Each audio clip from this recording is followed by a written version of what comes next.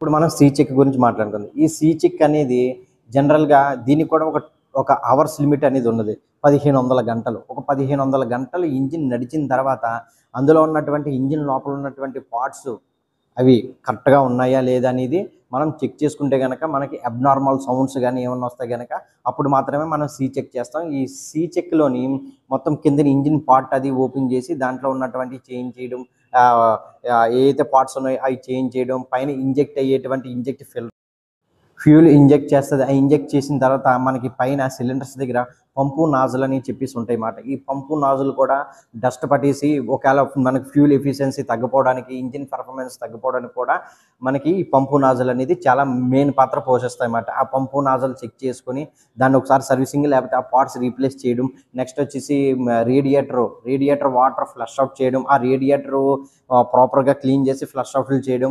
ఇలాంటిది. తర్వాత ఆల్టర్నేట్‌కి ఫంక్షనింగ్ ఏమున్నది, గవర్నర్ ఫంక్షనింగ్ ఏమున్నది, గవర్నర్ ఎంత అడ్జస్ట్‌మెంట్‌లో ఉన్నది, ఇవన్నీ కూడా మనకి సీ చెక్‌లో. సీ చెక్ ఏమీ లేదండి. సీ చెక్‌లో మెయిన్‌గా ఇంజిన్ సైడు మెయిన్‌గా పార్ట్స్ ఏవైతే పోయినాయో ఆ పార్ట్స్ రీప్లేస్‌మెంట్ చేయటమే సీ చెక్ మాట. అది కూడా లిమిటెడ్ టైము. అంటే ఈ టైం వరకు అనేది అది ఒక థంబ్ రూల్ మాట. 1500 గంటలు.